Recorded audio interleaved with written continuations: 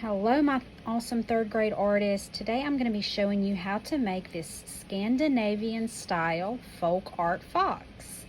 So folk art is a type of art that's created usually in cultures of people, and it's usually by untrained artists. They haven't gone to college to learn how to draw. They just have learned from maybe family members that have passed it down from generation to generation. And there's often certain things that are characteristic of that culture. And so this is Scandinavian, and a lot of Scandinavian folk art, you'll see patterns from nature. You see how I have the leaves and the flowers. Those are very common to see in Scandinavian art. Let me show you a little bit about Scandinavia. Scandinavia is a group of countries. It's not one country by itself, but it's a group of countries. And this is a map of the whole world. We live over here in the United States of America, and if you cross over the Atlantic Ocean and come up here, you see these three countries. These are Denmark, Norway, and Sweden. Those are what make up Scandinavia, this area in Northern Europe. It's very cold there and lots of mountains. If you've ever heard of the Vikings, those people are from that area.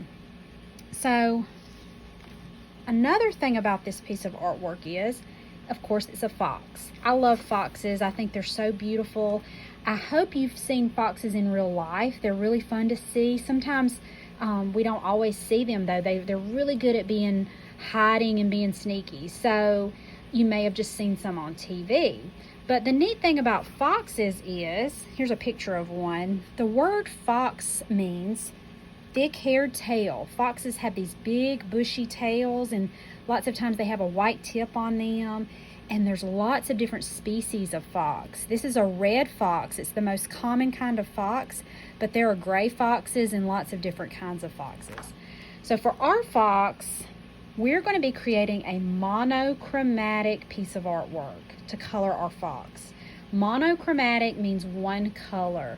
So in mine, I used a reddish orange color, but you can use whatever color you want. I think it would be so awesome to have lots of different colored foxes, blue and green and yellow and whatever color you like. So I can't wait to see what color you come up with. We're going to be using lots of elements of art for this. We're going to use a line. We're going to be creating lots of types of lines with our drawing. We're going to be making shapes. When you fill in your fox with these designs and these patterns, you're going to be making shapes. We're going to use color, like I said, monochromatic, using one color. And space is something that we're going to talk about. So space, we're going to talk about the positive and the negative space in this piece of artwork. Positive spaces are the spaces that are colored in. So everywhere where you see I've colored in with that red orange color, that is a positive space. And also where I've colored in with my black marker, that's also positive space. Anywhere that you see I left white, that is our negative space.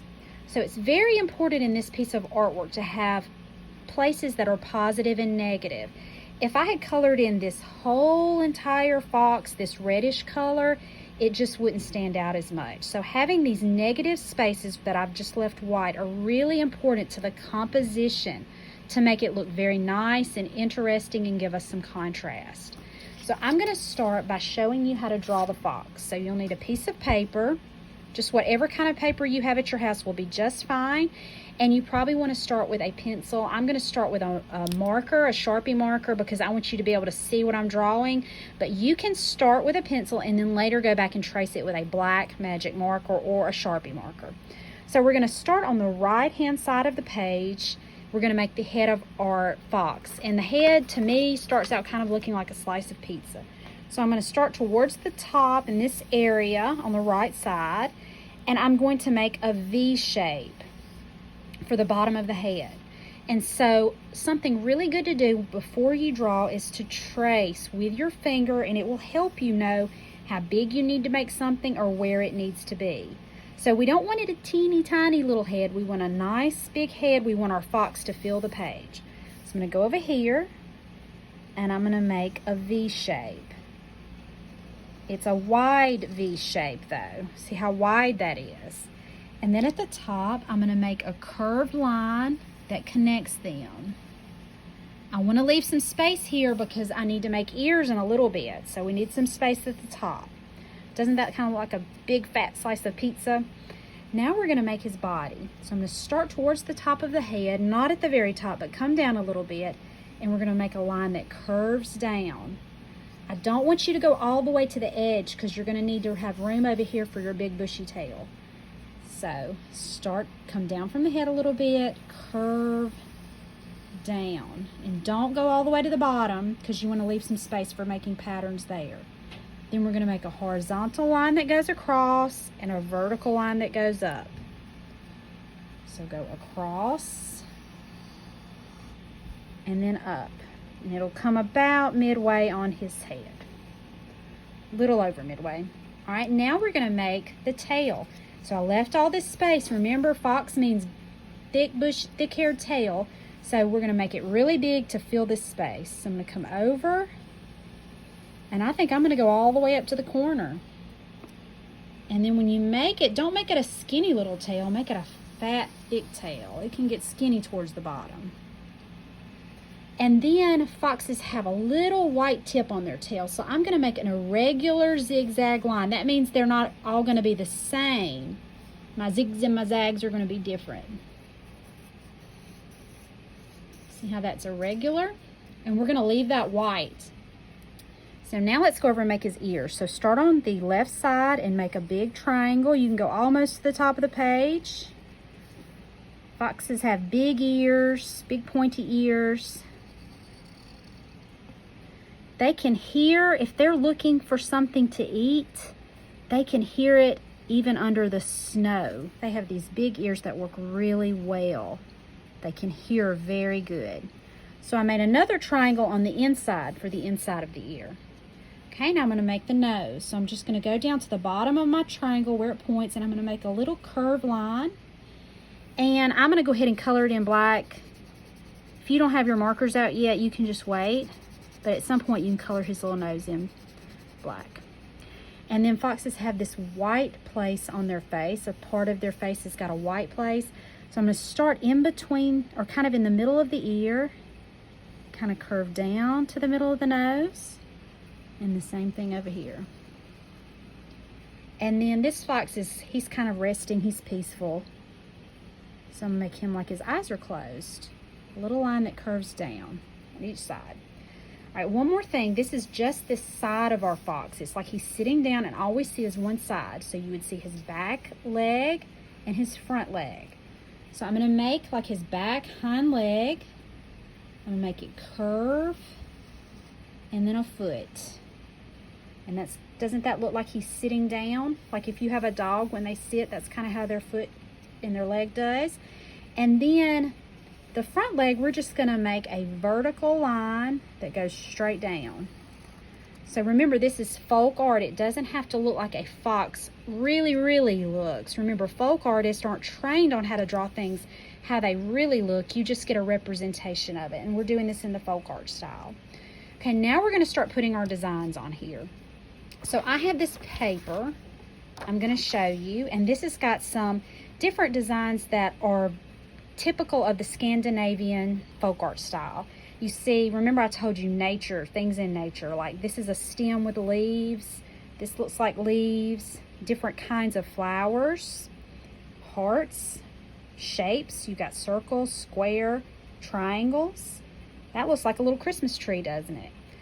And you see where in these different designs, they have places that they have colored in black. Those are our positive spaces, remember.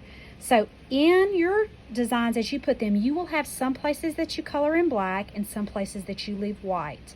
Positive space and negative space. So I'm going to start with the tail. I'm going to draw this big stem that kind of curves. You do not have to draw the same design I'm drawing. You make yours however you want. And then I'm going to add leaves to it. So I'm going to make these curvy leaves.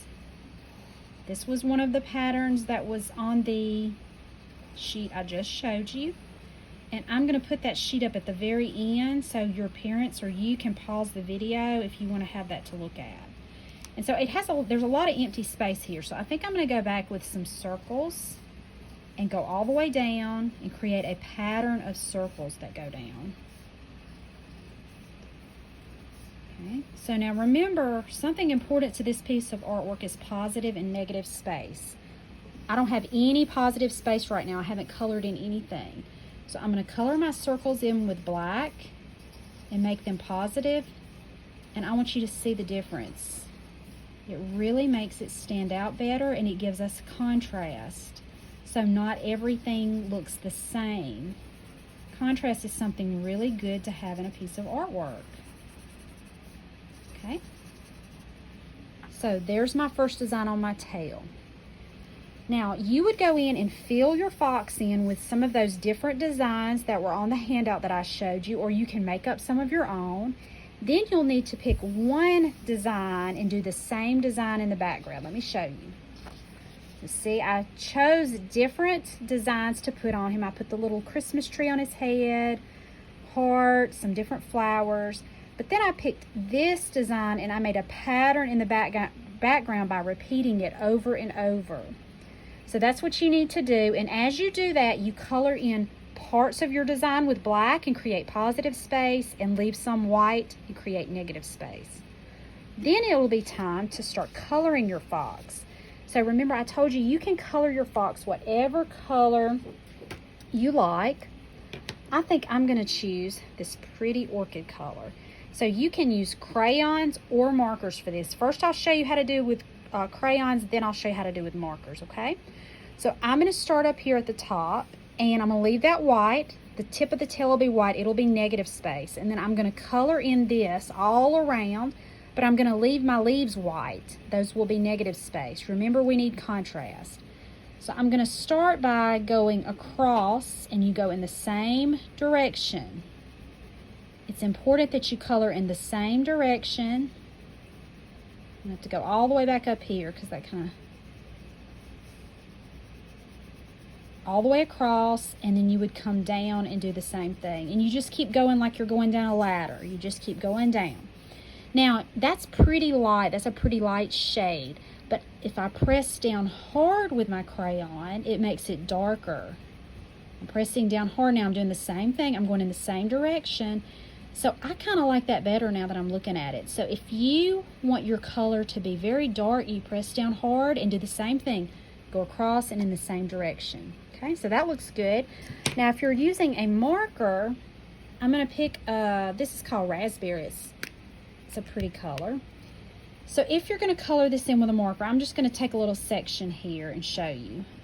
You go in with your marker and outline everything. I'm going to leave that white. I'm outlining. I'm going to outline this. I'm going to outline the edges. I'm just doing this little section to show you. You would be doing the whole thing. Outlining on the inside, and then you just start coloring. And it's much of the same. You just go across, and then you come down, going in the same direction. So you decide what you want to color it with. But make sure that you leave some places white and you have some black places also. And also make sure you do your pattern in your background. So this is my finished one. I did this one with crayon.